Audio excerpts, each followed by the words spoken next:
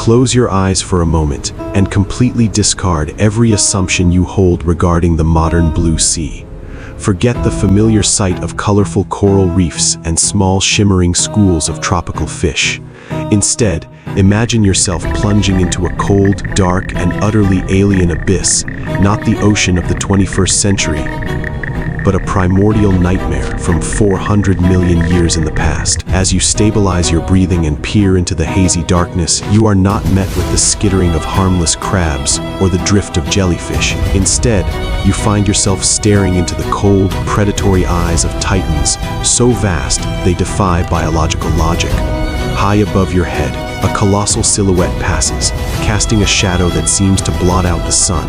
This is an apex predator adorned with massive tentacles, its body so elongated that a modern giant squid would appear like a mere juvenile in its presence.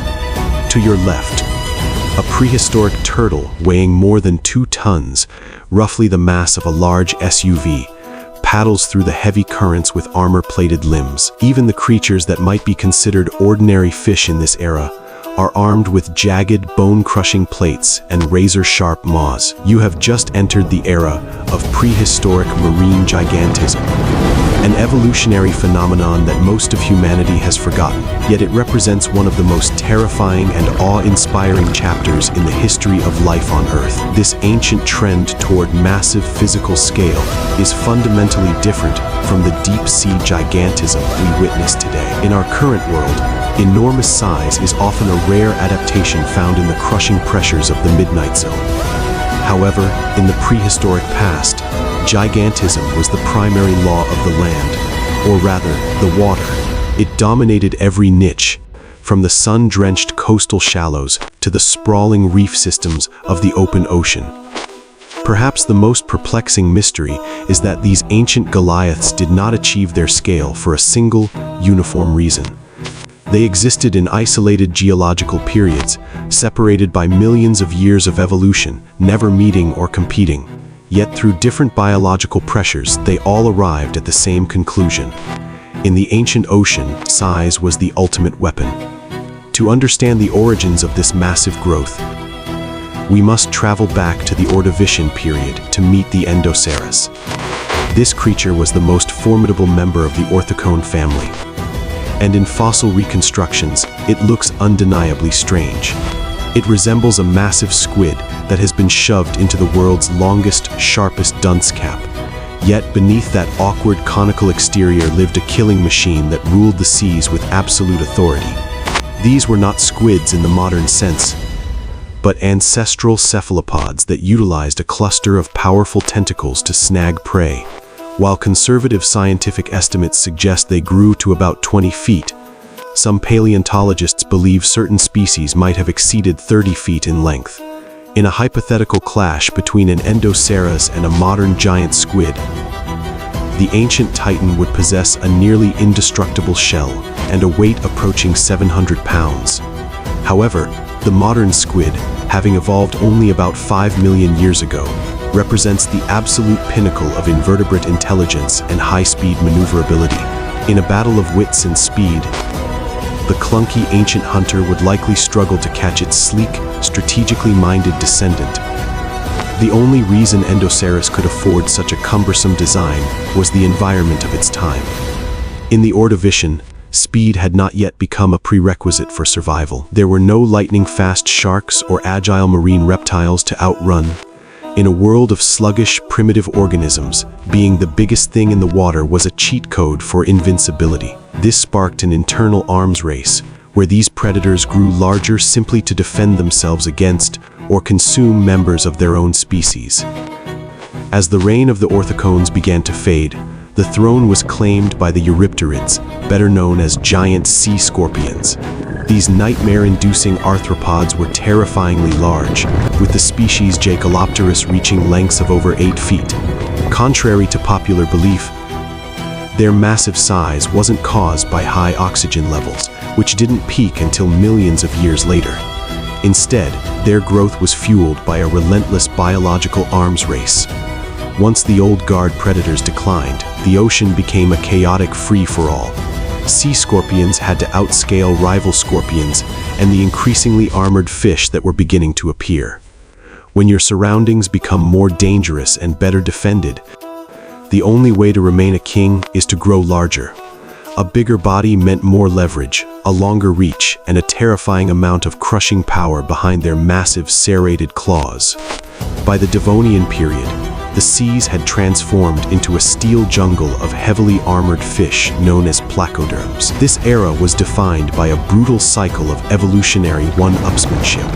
As prey developed thicker bone like plates for protection, predators evolved stronger, bone-shearing jaws to break them. This feedback loop produced the final boss of the era, Dunkleosteus. Estimated at 30 feet long, its head was a solid block of biological armor plating. The ferocity of this era is etched into the fossil record. Dunkleosteus skulls often feature deep gouges and bite marks inflicted by the jaws of their own kind, proving that these titans frequently engaged in cannibalistic warfare to maintain dominance.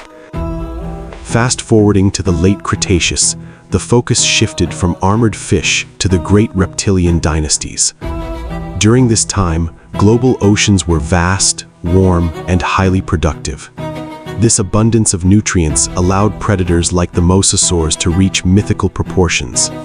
It also gave rise to Archelon, the largest sea turtle to ever paddle through Earth's waters, reaching 13 feet in length with a shell wider than a modern sedan.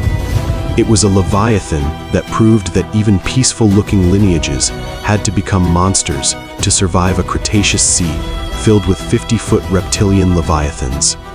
The question then remains, if these massive biological blueprints were so successful, why did they disappear? The primary catalyst was a cosmic reset button. 66 million years ago, a massive asteroid impact obliterated the global food chain, clearing the board of its most dominant players. Even a creature as powerful as a mosasaur could not survive the collapse of the ecosystems that sustained it. In the wake of this destruction, mammals ascended to fill the vacuum. Today's oceans are generally colder and lack the extreme abundance of giant, slow-moving prey that characterized the Cretaceous. However, the legacy of marine gigantism has not vanished. It has merely evolved. Modern seas are ruled by warm-blooded hunters like orcas and sperm whales, which possess a metabolic advantage that allows them to out-sprint and out-maneuver nearly any ancient reptilian rival, and far more efficient than the lumbering giants of the past. Furthermore, the modern food web is leaner and tighter, making it difficult for a massive, cold-blooded reptile to find the staggering caloric intake required for survival. Yet, some descendants of the giants are still among us, hiding in plain sight. The leatherback sea turtle, though smaller than Archelon, still reaches a staggering 2,000 pounds. The giant squid still haunts the midnight zone at lengths of 40 feet. Most notably, the blue whale stands as the most colossal organism to ever exist on this planet, larger than any monster the prehistoric oceans ever managed to produce. The evolutionary arms race never truly ended. The players simply changed their tactics. If another mass extinction event were to occur tomorrow, reset the board once more, who is to say what the future might hold? We might just see the rise of the giant dolphins next. The history of our planet is a testament to the fact that the ocean has always been a cradle for giants. From the shelled orthocones of the Ordovician to the armored terrors of the Devonian and the reptilian monarchs of the Cretaceous, the drive to reach a massive scale is an inherent part of the marine experience. Each era provides the necessary ingredients: buoyancy to support heavy frames, an abundance of food, and the pressure of competition to cook up new monsters. While the specific species come and go, the phenomenon of gigantism remains a constant, lurking in the DNA of every lineage that enters the water. We often think of ourselves as living in a world where the age of monsters has passed. But the blue whale reminds us that we are currently living alongside the greatest giant of all. The prehistoric oceans were not just a graveyard of failed experiments. They were the testing grounds for the limits of biology. They taught life how to weaponize size, how to armor itself against the world, and how to dominate through sheer presence. As we look out over the modern horizon, it is worth remembering that beneath that calm surface, the same evolutionary rules are still in play. The arms race continues in the deep, and the next titan may already be beginning its slow million-year ascent to the throne of the sea.